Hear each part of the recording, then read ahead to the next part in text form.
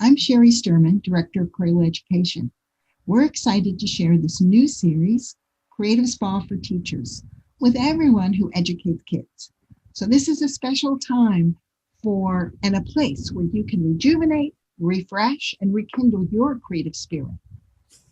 Educators and parents are so busy taking care of others that it's important for us to find that time to pause and to celebrate ourselves and bring the creative experiences forward that really energize each of us. I'm thrilled to introduce today's guest, Joy Rush, who's a yoga instructor with a playful twist. Joy, we're delighted to have you join us. So if I understand correctly, most of your work is with children, in person or remotely. And then you just recently started reaching out to using these same practices with teachers and parents. What inspired you to reach beyond the kids who are in your yoga classes and communicate with their parents and teachers? I have been asked over and over again, how can I use yoga in my home? How can I get my kids interested in yoga? Because I love yoga. I have had all of these questions over the years, and I just decided to really implement a program specifically for educators, caretakers, parents, and pretty much anyone that wants to connect yoga with kids in their lives. Help us understand the difference between playful yoga and, say, maybe a more formal yoga. Because a lot of the teachers and parents who are with us today, they're going to be interested in these calming effects and the physical benefits of yoga, but they might be worrying about, how do I hold those formal poses? And how do I do this correctly?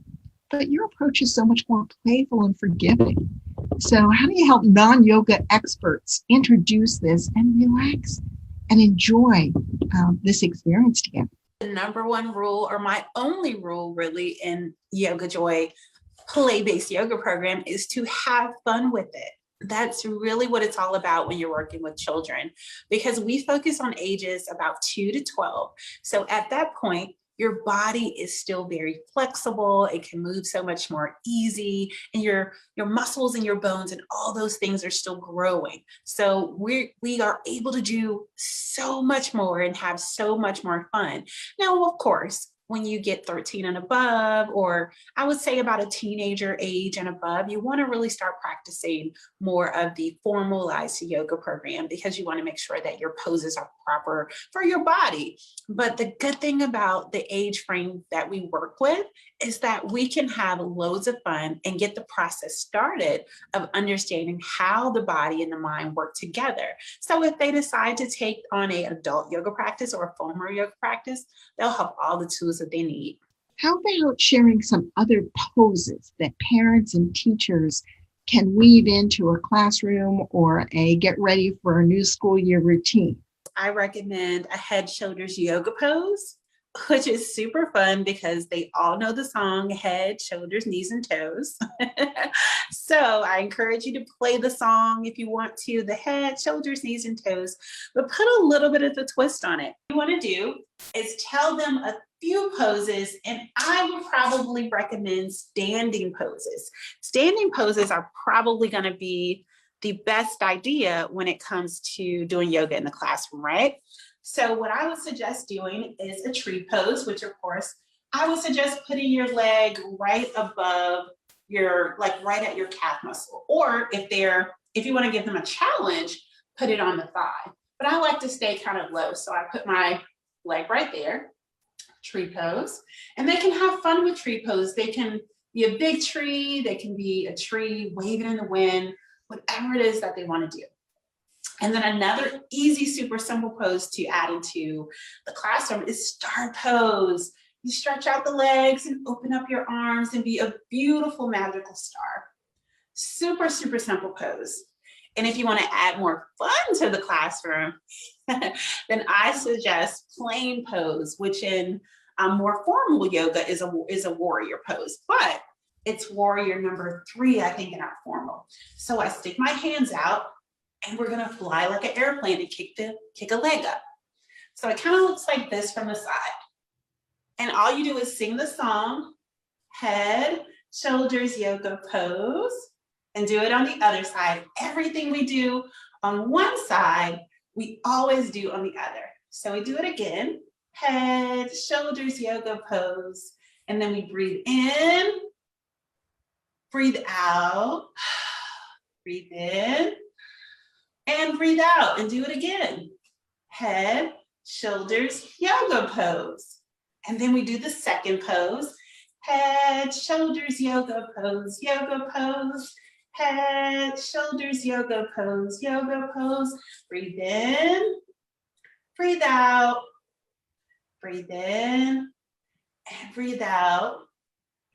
Head, shoulders, yoga pose. So it's super simple, super easy. My singing isn't the best, but it's something that's super, super fun. When the class sings it together, it's like absolutely magical. Oh, that was beautiful, Joyce. So can you give us another example of where playful yoga blends some singing and like a dance or a game? I have a fun yoga shakedown.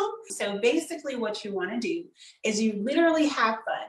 For my little kids, I want to see my twinkle fingers, and we just shake, and we can make little sun rays and all these type of things, and we dance, and we can turn around, and we can do all those fun things. And then when you stop, you go into a pose. So here we go, we shake, and pose, and shake, and pose, and shake, and pose, and shake, and pose.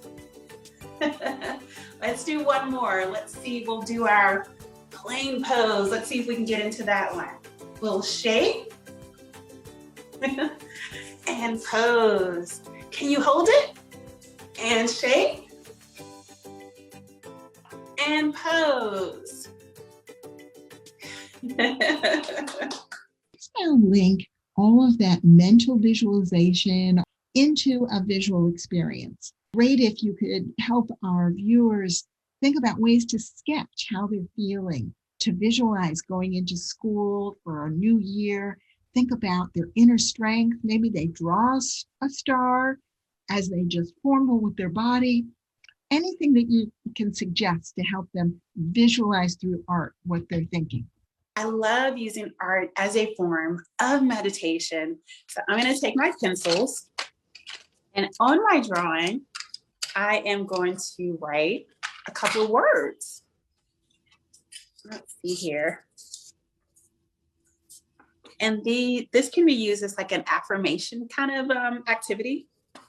So not only are you able to create this special place, but also putting it into action. Whatever that you feel that you want to be better, or maybe something you have to just remind yourself about, you can write it down. So I'm going to write just a few words here on my sheet. And here we go. So I wrote, I am strong, I am creative, I am joyful. It's so fun to be able to really create something that you can imagine or that you can feel. You can use those moments of mindfulness, if you would. And mindfulness is a super, super big part of yoga. Mindfulness can be used as you're walking outside and you just close your eyes for a moment. Think about how you feel as you're walking. Even when you're sitting at your desk, thinking about how it feels to be back in the classroom, how excited the kids are going to be for you to be their new teacher, and all those emotions that's going to happen throughout the year. But giving them a chance to use that imagination outside of their regular norm is so super, super important. I love that you shared that, and it's going to inspire our viewers to create their own magic play scenes and to write their affirmation words on it. And while the young artists are finishing up their artwork, I'd like to remind the parents and teachers that you can be updated on all future sessions of the Creative Spa by signing up for our Creative Learning e-newsletter in your email arriving every month. Joy, this has been a really fun way to play with yoga and to gain a stronger sense of balance between the physical and then those mindful inner selves, and to confront our emotions. What closing remarks or last bit of advice would you like to share with our viewers so they can keep these restorative, reflective practices going? Have fun. And if you're in the classroom, this goes for my teachers and my students. It is totally okay to just breathe. Take a moment before you get into those big feelings on our emotional wheel and just take a moment to breathe. Any suggestions for how to make this playful yoga a routine so it isn't, a sort of a random treat, but maybe more of a daily practice? Have a mindfulness moment every day, whether it's 5 minutes or even 10 minutes of your day. Start the day or end the day with it. Or if you feel that the students are starting to get ants in their pants, take a moment and allow them to express themselves. Because guess what? If they're able to let it out and be silly for a second, the ability to focus and to refocus on what they need to is definitely more likely. So we want to thank Joy Rush for joining us today and inspiring us with so many practical ideas. To keep in touch with Joy and to learn more about her work, visit her website. And we want to thank all of our viewers for joining us today. Stay well, stay strong, and take care of yourself creatively. Keep moving, keep having fun, and don't forget, peace begins with us. Have a good day, guys. Thanks so much. Bye-bye.